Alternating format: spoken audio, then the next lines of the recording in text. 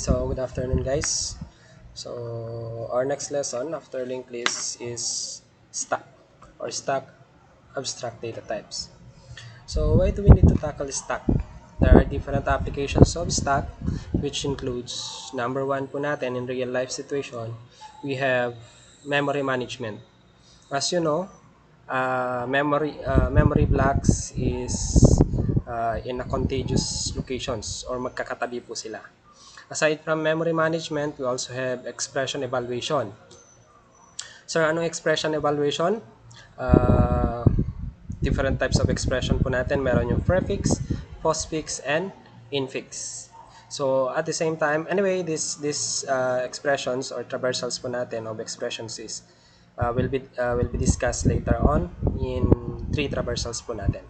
So, we also have expression conversion, that is to convert prefix, postfix, or infix notation. And at the same time, syntax parsing. So there are so many compilers that use stack for parsing the syntax of expression. So before translating them into low-level code. And at the same time, we also have backtracking. Common analogy of backtracking is imagine if you are solving a maze problem. So if you meet a dead end, then you need to go back later on and create a new path. So stack can help you solve those problems. So those are applications of stack. Now, I want to show you a simple solutions or a simple coding of stack using array. So, array muna ang gagamitin natin instead of using different pointers. Hindi muna tayo gagamit ng pointers. Array muna ang gagamitin natin. So, the first thing that we should do is always to create the directive or the library. So, we'll use iostream, then declaring the standard library.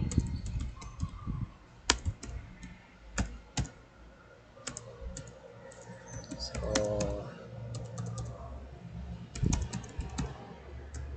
basically, in stack, or there are how many operations of stack?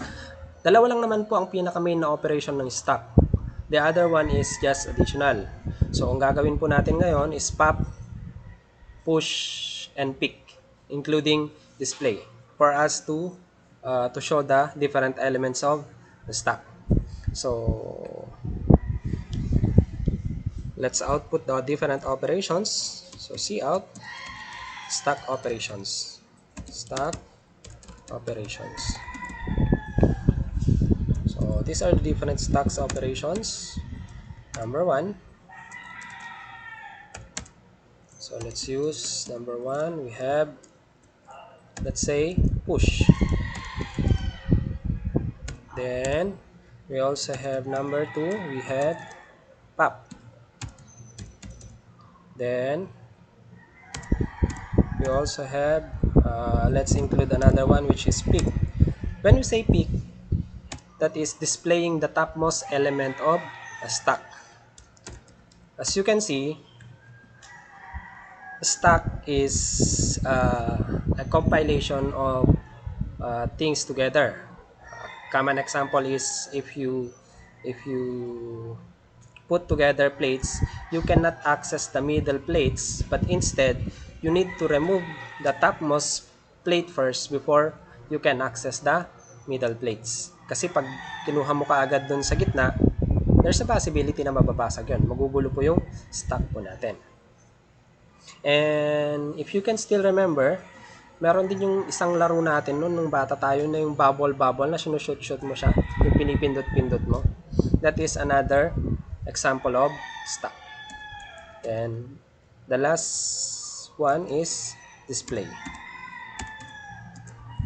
So operation is display. As I told you, we will use array for this example.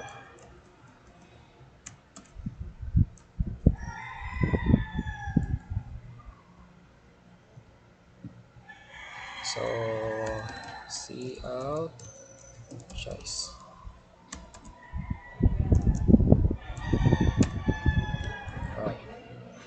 So before we go on, let's declare first the different variables that we need to use. So we also have int choice. So for an array, we need to declare the maximum size or the size of an array. So let's assume that the size of the array, let's say int size, let's say 100. So the size of the array is 100, and then we also need to declare the stack. So let's name our array as stack with size of 100. Then we also have a variable that is, why is it that it has an error?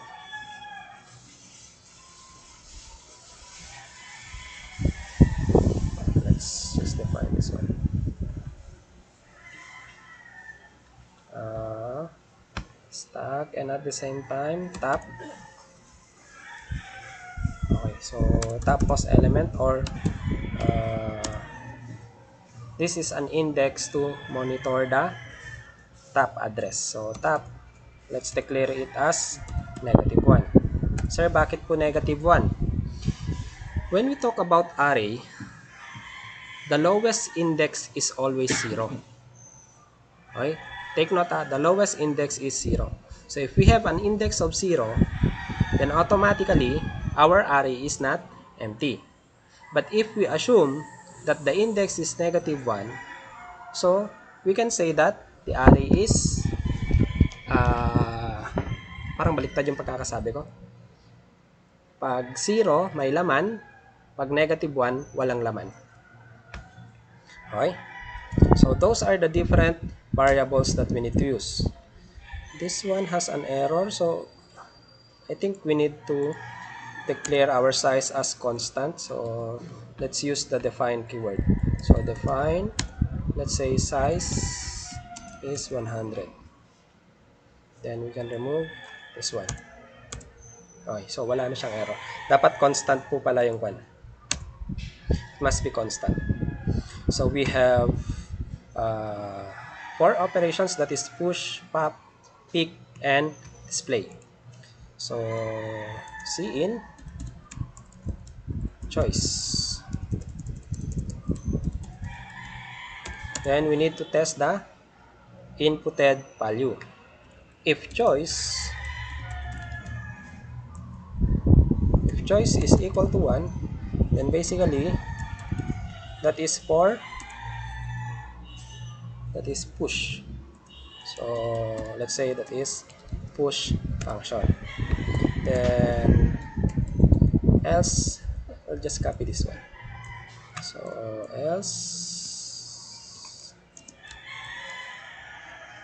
else we have 4 choices, else, and then else. Okay.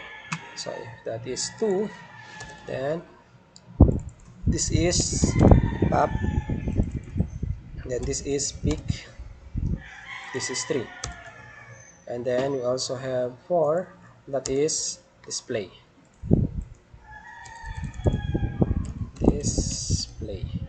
Okay. And then else, so let's say let's output wrong choice. Cout, that would be wrong choice of operation. Okay, so that's it. I'll just put this one in a while operation, or while loop I should say. So para wag na po tayong gumamit ng goto function. So ilalagay ko lang yan sa loob. So while 1, para paulit-ulit po later on, para matest po natin ang dire-diretso. So while 1 means it will always true. So parang laging babalik at babalik at babalik lang po siya. So this is the different operations. So we have push, pop, pick, display. So these are the different operations that we will create. Later on, declare natin sa taas. So void, we'll just use void. Mamaya, gawin muna natin yung function. Void, display. So don't forget the semicolon. We also have void push. Then void pop. And then we have pick. Alright, so these are the different functions that we will create. So let's start with the push operation. So the push operation, let's say void push. Okay. So let's just put a parameters, let's say int x. So we need to input or push or insert an integer value. Okay, so let's check. Take note if we are inserting in the stack, we need to check if the stack is already full. As you can see, we already declared the size of stack, which is 100. So tignan muna natin kung puno na po yung stack natin. So if, how can we determine that one? If top is greater than or equal to max or greater than or equal to max minus 1. Okay, so that is size minus 1 should be greater than or equal. If the top is greater than or equal to the size minus 1, take note size minus 1 is already the highest index. So pag yung top natin, yung top, if the address of the top is already equal or greater than the highest index, then basically our stack is already full. So pag mag-insert pa tayo, let's say stack will now be overflow. So stack overflow. Okay. Lagyan ko lang ng mga new line para maayos yung code natin later on. This is just for readability. The next, otherwise if it's not full, else what should we do? Then we need to insert. So if it's not full, our top should be incremented by 1. Then our array of top or stack of top, stack ano ba pangalan ng array natin kanina? It should be stack of top should be equal to the inserted value. So let's say x, that is the value we are inputting, x, the parameter. So we need an assurance, so cout element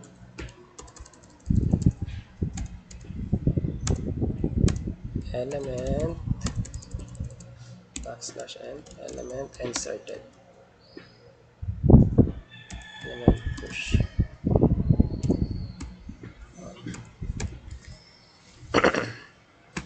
So that is just the push operation. Next, pop operation. Pop operation is the same as delete. So void pop. When we say pop, take note take note. If we are to delete an element in stack or we use pop, the element to be deleted must be the topmost element. Kasi yun lang po yung pwede nating i-delete. As you know, stack is the so-called LIFO operation or last in, first out.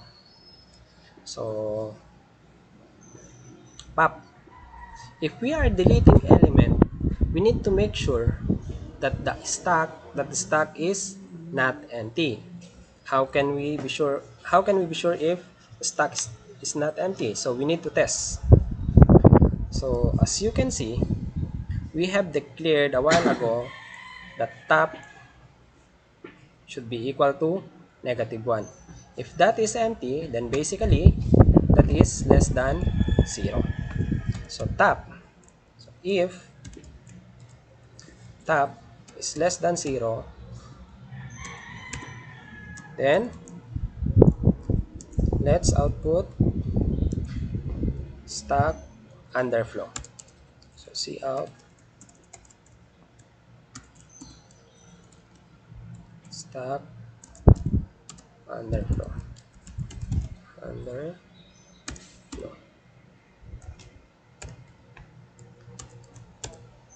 Okay.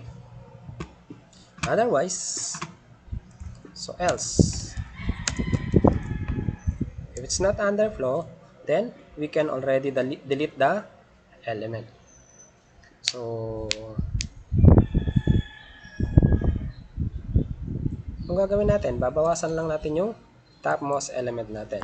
So, top minus minus. Okay?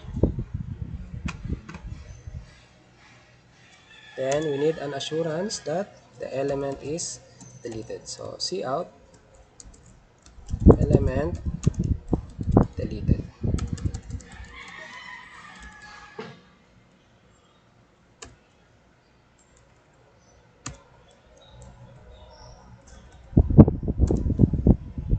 Okay. So, that is push and pop. Next, we need the display. Pick muna. Void pick.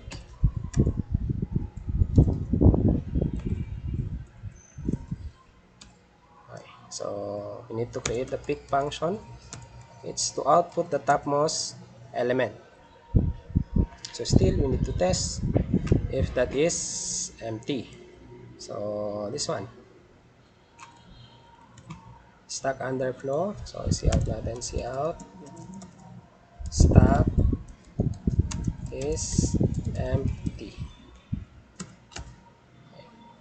So, copy natin ito. So, if the stack is empty, then wala tayong i-output. Otherwise, anong gagawin po natin? We just need to output the topmost element. So, C out top C out topmost element.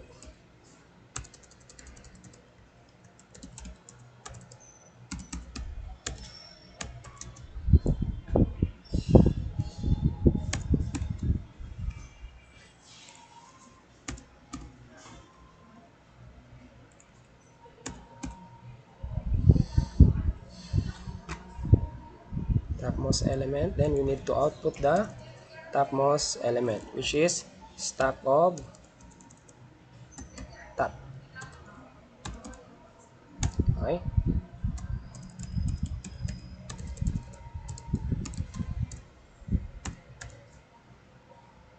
So that's it. This is pick. Then last one, that is display. Display, we just need to display the elements of the stack. So how should we do that one? Okay, test if the stack is empty. So if empty, you just need to output stack is empty. Otherwise, we need to display all the elements. So for us to display all the elements, we need to create a loop. So for int x is just a variable for uh, iterating or for the index of our array. So the topmost element, that should be top, then x must be greater than or equal to 0, then x minus minus. Okay, that is top up to the last element. So we just need to output. So the elements are, so C out, elements of stack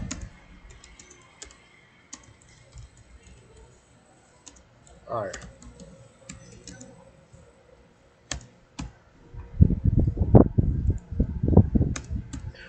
Okay, so output lang po natin.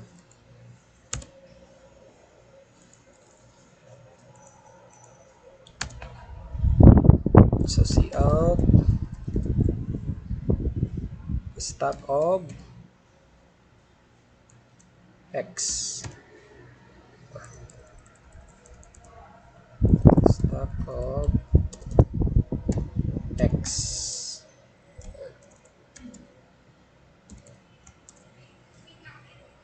Okay, so that's it. That is how we do it. So may kulang pa tayo dun sa push natin kanina. So C out, this is operation push. Operation push. So backslash n, lagyan lang natin ng mga backslash n para a new line para maayos po siya.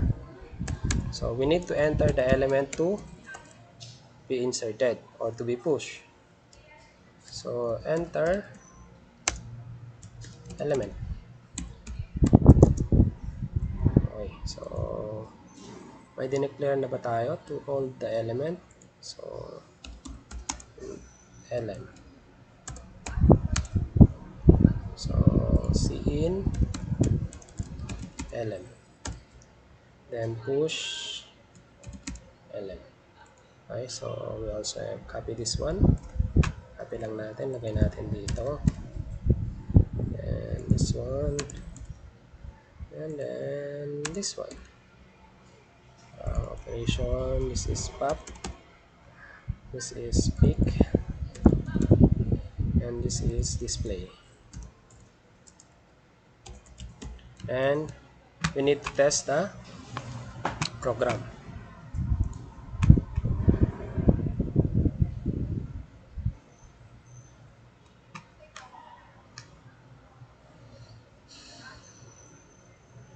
Medyo mabagal. It's so mabagal.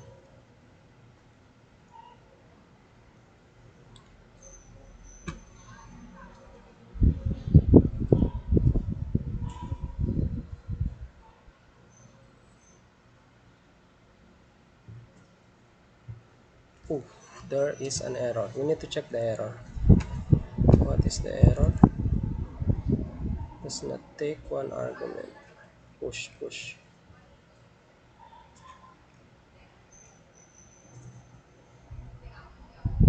Why?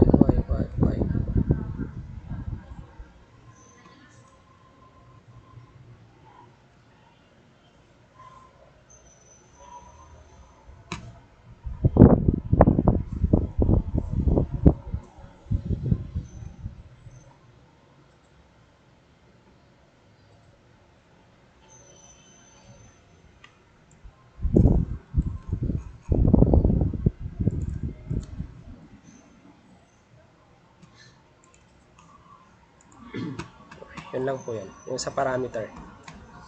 Hindi kasi natin nalagay yung parameter kanina kasi mas nauna tayo nag-declare.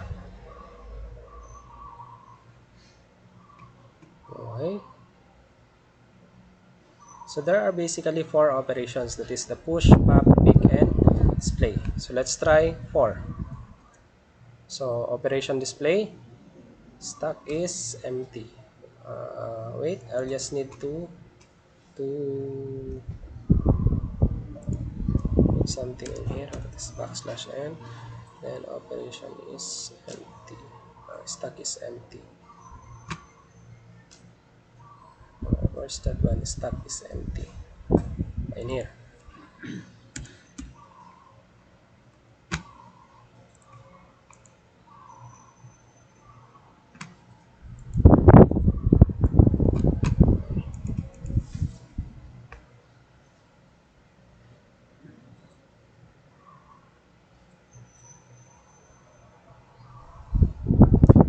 for operations, so for display, we don't have the elements yet, so stack is empty.